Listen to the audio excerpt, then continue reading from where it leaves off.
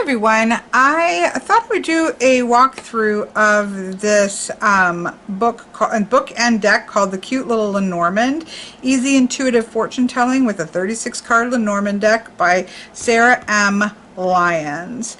I have not walked through the cards, but I have read through the book, and I actually think she's done an amazing job at giving you a very well-rounded guidebook, like full-on like guidebook, not a little white book at all. You know, it's that kind of, it looks like it's called Cute Little Lenormand. It's got that cute kind of cute kitschy vibe to it. The cards are in the back of the kind of stuck in the back of the book, but the book itself I think is a treasure there for somebody to pick up. I mean, obviously whether you're new or old, it's always good to get a fresh take on things, but certainly if you're a new Lenormand reader, it looks to me like we're going to open the cards up, but you know, you can see them all in the front here, and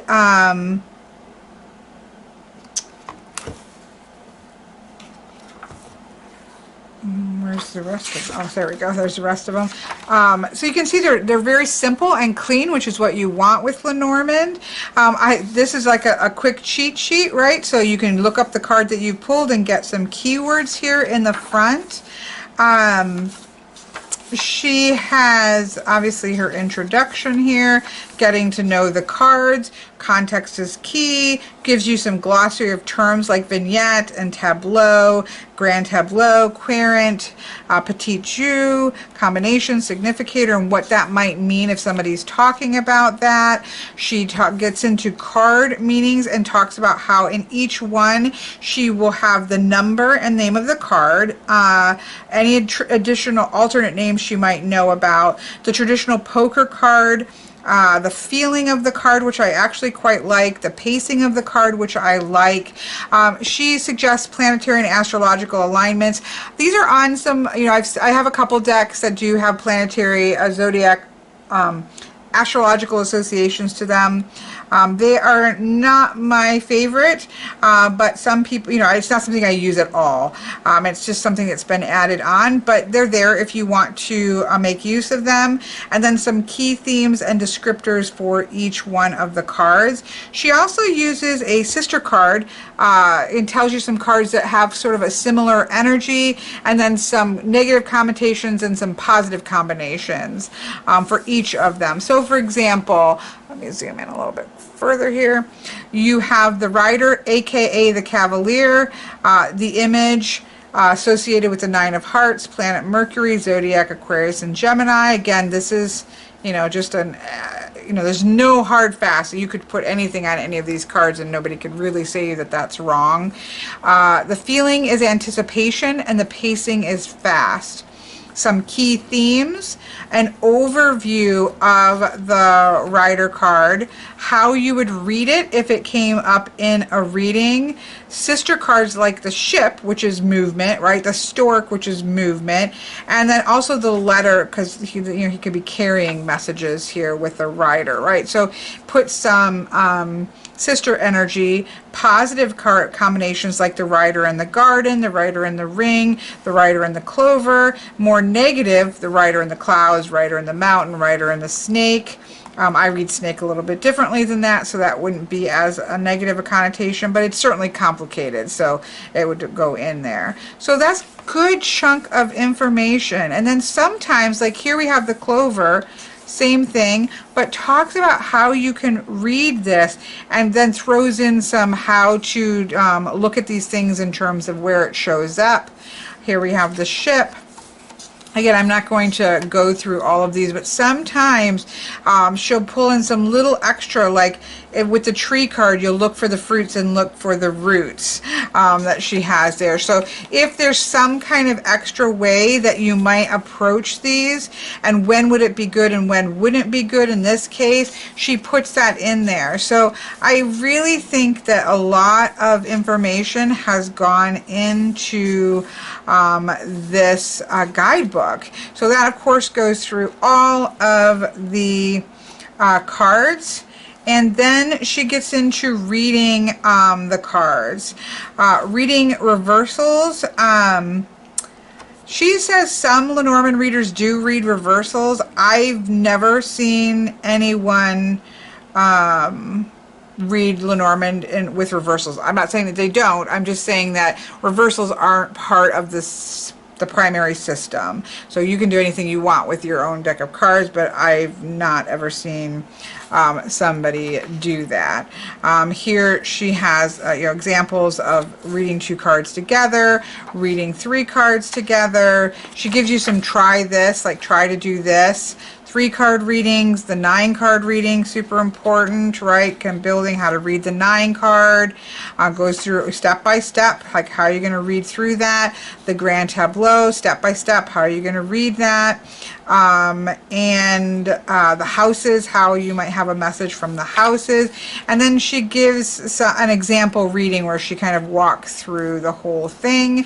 She gives some resources here. And then she gives some cute a place for you to write your intuitive feelings about each of the cards, a place to put notes of like some keywords and things that you gather up about the cards, which I think is great. She has a couple 3-card and a couple 9-card, which you could maybe photocopy and make more of for yourself. Grand tableaus, 2 of each of those. So I just think there's a lot of information in that book, and I haven't read it like cover to cover, but I've skimmed through it. It's a nice, are you gonna always agree with every single thing in anybody's book? Of course not, but I've not seen anything that I was like, oh my goodness, no, maybe other than reversals, but she was just saying that some people do use it. She does talk about the cards and highlights the fact that they don't mean anything. Like the traditional playing card meanings don't even go with the Lenormand meanings. She doesn't know. She says that it's unclear why they are. I do think we pretty well know why they're there. The oldest Lenormand deck that we have is the Game of Hope from 1790s, and in the instructions, it used to have a German set of cards and the regular playing card set, or I mean, they're both regular, but you know what I mean. And it was so that you can, in the instructions, it tells you, so that you can play any of the games associated with either one of these cards, cards. You can lay all the cards out in the tableau to do a board game. It gives instructions how to do that. And then it says you can have some fun and do an oracle with your friends, right? So it was made to be sort of a one-stop shop of playing games. And, to throw some little spice and interest in there, you can also do a reading, right? So the playing card insets are randomized because they were just used to play other games. Now, people have come up with different ways to use them in Lenormand, but that's why they don't match up there. But she does note that we don't really know why they're there, and the fact that they don't really go with the traditional meanings of playing cards either. So I like that information is in there as well. It's very well and thoroughly covered, which I think is fantastic. Really fantastic. So let me zoom. I don't know why I'm zooming out a little bit when we're going to be zooming in to look at the clock cards, but why not? So let's pull these out. Oh, do I have anything sharp? And this feels like, there we go. My assumption is that this is not going to be good cardstock when it's anything that's in the back of a book like that. Generally, you're not looking at amazing cardstock, but, it could be wrong. And truthfully, you get so much bang for your buck with that great of a guidebook that what are you going to complain too much? Okay, let's put the cap on that. I'll have to wait till I can. It's kind of a little bit cardboard. It's actually not as bad as I thought it would be, but it's not going to blow you out of the water either. I think the back holds up to its name of the cute little Lenormand. We see all the little images sort of floating around. I think it really looks good for the theme of the deck. And you can see it's very simple and clean, but look, I think that's really a great. So We have the querent and the partner. I love this. You do still get a little bit of the masculine and feminine with the jacket styles, like if you wanted to use it as the man and the woman, or masculine and female. I love decks that are querent. Mine is querent and significant. The partner works as well, but it really does, because a woman could wear this and a man, and same thing, a man and a woman, and anybody in between could wear it as well. But you know, you get a bit of a nod to the original energy of each of the cards, but it leaves it open. This is just a querent. It's whoever is, you know, you're doing the reading for, and this is their partner, or the person that they would be open into being their partner, either a situation or a person, and that could be anybody. So I thought that was a clever, cute way to take care of that situation. I hope that most Lenormand decks coming out will have at least as an option, instead of giving us extra man and woman card, just give us a querent and a significant card, or a querent and partner, or whatever you want to choose, to keep it just open and neutral. So let's zoom in. Little decks like this I tend to prefer to hold. I know not everybody loves that, but it's just easier. So let's go through. You do have the card association, you have the number, and you have the title. And of course, it's the cute little Lenormand. You're going to have a pink-haired person on a unicorn, on a pink unicorn. It makes sense to me. It's adorable. The clover, the ship, it's a ship. The house, because remember, a house is a house is a house. It doesn't matter what it looks like.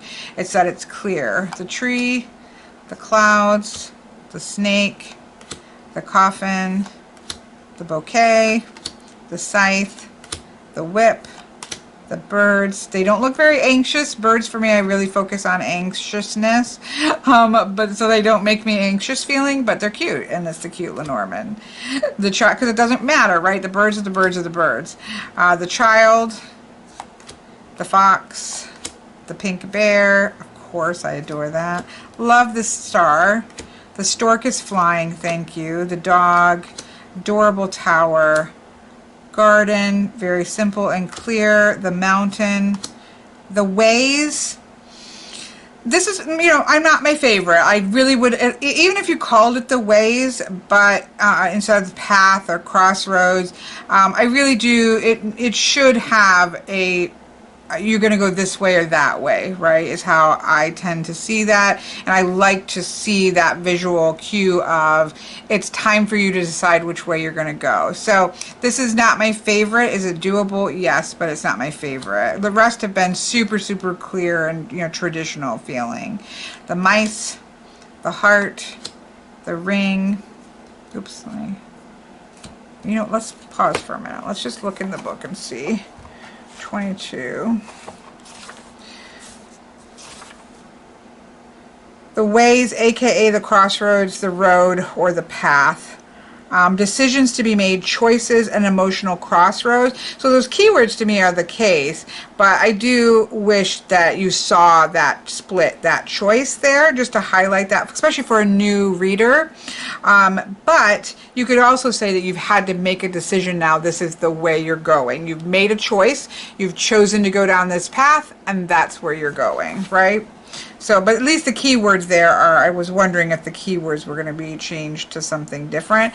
I do like that the feeling is conflicted, because which way do I go? And so, yeah, so that works. That works there. You know, we all have our preferences. I like to see white lilies. I like to see multiple fish. I like to see a crossroads moment of some sort on the crossroads card. We all have preferences. The book, the letter, the querent, the partner, the lilies, sweet, the sun, the moon, the key. I love that it's a modern key that we all have on our keychain. The fish doesn't look like they're, you know, they're going to be, there's no much movement in a fishbowl, but it's still adorable. The anchor and the cross. Didn't change that. Sometimes those get changed to, like, I don't know, like the bridges. I think a bridge is common, and it's just a cross. We know what the cross is and what it means.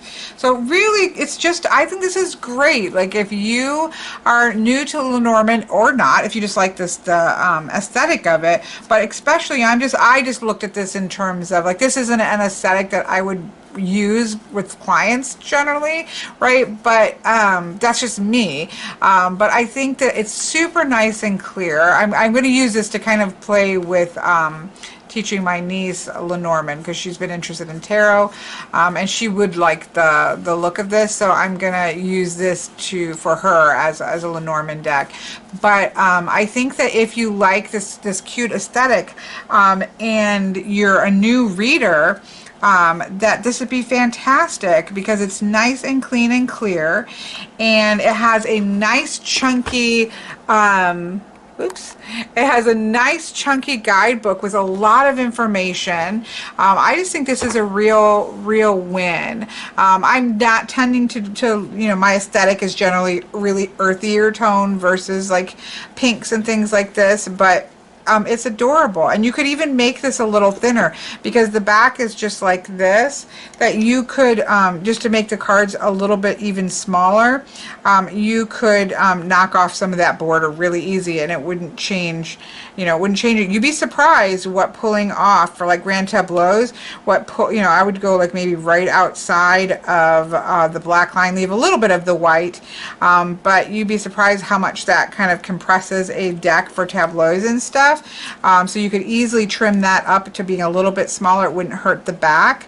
I think this would be a great beginner's deck. And again, when I say that, it's not that somebody who's not a beginner, somebody who is a master Lenormand reader and just likes this aesthetic, it would be amazing and for that as well. But I'm just in the mindset always of looking for good Lenormand decks to recommend for beginners that are clean and clear. And then again, this has got a great guidebook with it. This actually shuffle not bad. The card stack is not as bad as it could have been, being, you know, a lot of times, my experience is a lot of times when there are cards to the back that are stuck in the book, the card stock is actually horrific. This is not horrific. This is not bad at all. Let's go in and find the querent. Partner, and you could use the partner if you wanted to, but I'm just going to, if you like that one better. Here's the querent, and then I'm gonna pull 1, 2, 3, 4. I'll zoom out, I promise. Let me just 2, 3, 4. Just to pull a quick little 9 card there. Yeah, I mean, what I'll do, and maybe I'll do a couple and show you them, because my intention would be I would trim this up closer, even for my niece or to use it in class. But it's cute. It's pinkies and blues. It is cute. It lives up to its name. It is a cute little Lenormand, not super little, it's just normal size Lenormand, but it's cute, and it's clear and it's concise, and you get a great guidebook. So that is a big win to me. I'm gonna trim a couple of these so that you can see the difference that it can make. I guess I'll go ahead and show. Here's one. But you know, it's not a big difference, but you'll be surprised at how much of a difference that can make when you hold it up to the card. You've got a significant width taken away, and you've taken a nice chunk off of the top. The back still looked perfect and adorable. You know that, and they're not straight. You can see some of the cards are wonky, and that can bother people. I know it doesn't bother me. It's not my favorite, but it's not terrible. So I'm just kind of going next to and leaving that thin amount there. I'm not being super precious about it, because the borders are already wonky, so it's probably going to end up being better than, you know, when you're looking at that. And it just gives you now you might want to leave a little bit more, because doing it this close as I'm doing, I'll show you in a second here, you definitely run the risk of snipping off those the corners when you go to round it. I'm just using a 1/4 inch rounder here, and it's definitely pushing it close, so you may want to leave a little bit more white if you're really concerned about maybe biting into that thing. Now you could cut all the way to the black, right? Like inside of the black line, and then you wouldn't have that at all. So that's one way that you could trim it, and look how much you get. The other way to trim it so that you, if you really wanted to get equal sizes, is to trim inside of that black line, and then you would have, I'm going to just do that actually. I think I like the idea of that. So then you're just trimming, it gives you that line to follow. So you're going to literally trim inside of that line. Or using, you know, your slider thing, like I'll have to come back. Again, I'm kind of trying to hold this so I can, it's in view.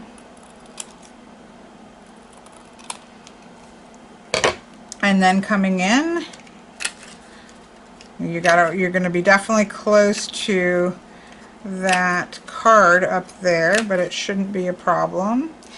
I definitely need to trim that up a little bit better, but now you have it even smaller, right? And so now you've got a card. Look at how much smaller, whoops, look at how much smaller that is than the outside there, right? And it's actually even more cute in my opinion.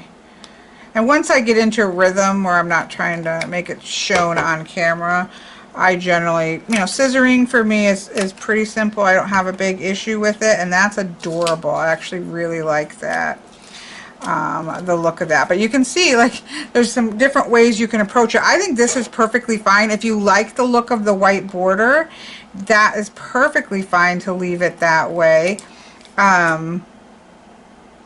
I just personally, with Lenormand, like it the smaller the better. And then again, you could use a slider. So let me go grab a slide. Because somehow this very first side I have a little problem getting the white. But look how cute that is. I think that's really adorable. I think that is so cute. That really is a cute little, for me, again, you know, this is obviously the creator, you know, does how they want, though sometimes it has to do with the publisher, right, because this is mass published, so sometimes it has to do with how the publisher wants it to look. And it is cute as it is, but I think it's really cute. Like this, because that's personal preference, but as it's my deck, I can do my personal preference, right? And you might look at these little ones and be like, oh no. I don't buy this. I have a favorite corner rounder, and it is not this one, but it's what I have right now. But how cute are those? You see how much littler that is? If we take, let's say, these three here, and we take those three, like, those to me are freaking adorable.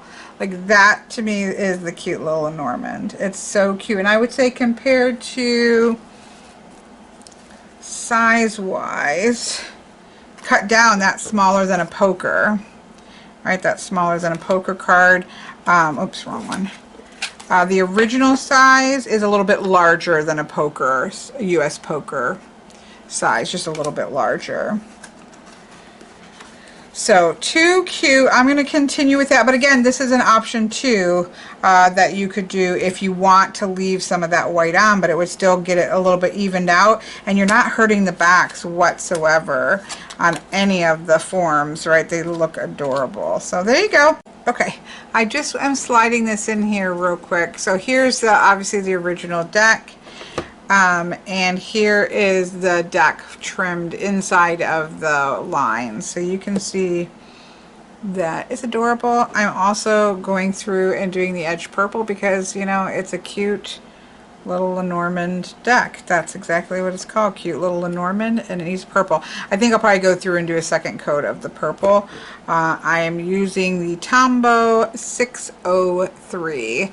But yeah, I definitely think this is even cuter than this. A little bit of a tip I also thought I would say in case you trim yours. Sometimes, you know, because I'm trying to stay right on the line, and I'm actually pretty good at cutting. It's not, I know a lot of people don't like to free cut like this. I'm pretty good at it. but sometimes I err on the side of being really close to the black line, and so a little tip I found as I've done these so far is to lay it on this lighter background, and if you've got a little bit of black left over, like I can see just a little right there, you'll see it and it will stand out a little bit before you go and do the corners. And because I had actually not done that, and then once I had done some of the edges, I put it on something lighter and I was like, oh shoot, there's still some black lines. So that's a little tip. Leave one of the, or a lighter background obviously than would probably help, right? But that can help you to make sure that you see any black lines that you have left on the front. Even just fanning them out helped. Like I can see a little bit right there. I could go in and fix that. And so you can go through and just try it. If you're like me and maybe being a little too close. I do also like to, when you're done trimming, especially something like this, and you lay it on something flat, which is actually not my desk, you can see if anything is really sticking out. Like that one, I will want to do that edge a little bit. Maybe that one I'd like to trim up a little bit. Maybe that one, and then go this way as well to see any that you might want to, like that one, I might do that side. Right, and that just helps you to see where you may need to do a little bit of trimming. And then you just have to be careful.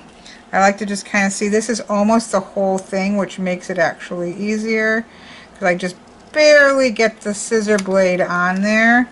I'm going to do it from the bottom too. Barely catch the scissor blade and just literally shave that off, but then make sure you go back and do your corners of anything that you just shaved off so that it is good. And then of course you'll have to go back in and color what you just cut off. So it's definitely better to spend the time before you color it and get them where you like it first.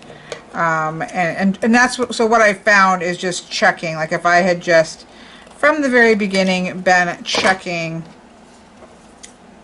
against a lighter surface, it would have been fine. And truthfully, even if like I said, if I was doing this on a lighter surface versus the darkness of my table, which just masks it, it would have been even more fine, right? I would have seen it like as soon as I finished cutting it, I would have seen it. But that's why I think I'll end up going through and just putting a whole nother coat of purple to even out anything that I've gone back over. So that's what I'm going to carry on, but I just thought I'd show you it with a few more cards and give you that little trick there if you're planning on cutting it. If you're planning on cutting it inside of the lines, that's a little trick that lets you get closer to the lines without and see where you might have left too much black on. It's always better when possible to do one cut, not go back in and trim like this, because you definitely get less of a concise edge. You don't want to go in and go chop chop chop. I'm not actually cutting right there. You don't actually want to go chop chop chop, because that makes for not smooth edges. So, but there you go. Alright, I decided to show you that and give you that little tip. I'll just slide this in there. Actually, I sit down here. I will just slide this into the video where I was talking about trimming it, and hopefully that'll do the trick for you. Anyways, thought I would do a little walkthrough of this. Hope you've enjoyed it, and I hope you have a wonderful night.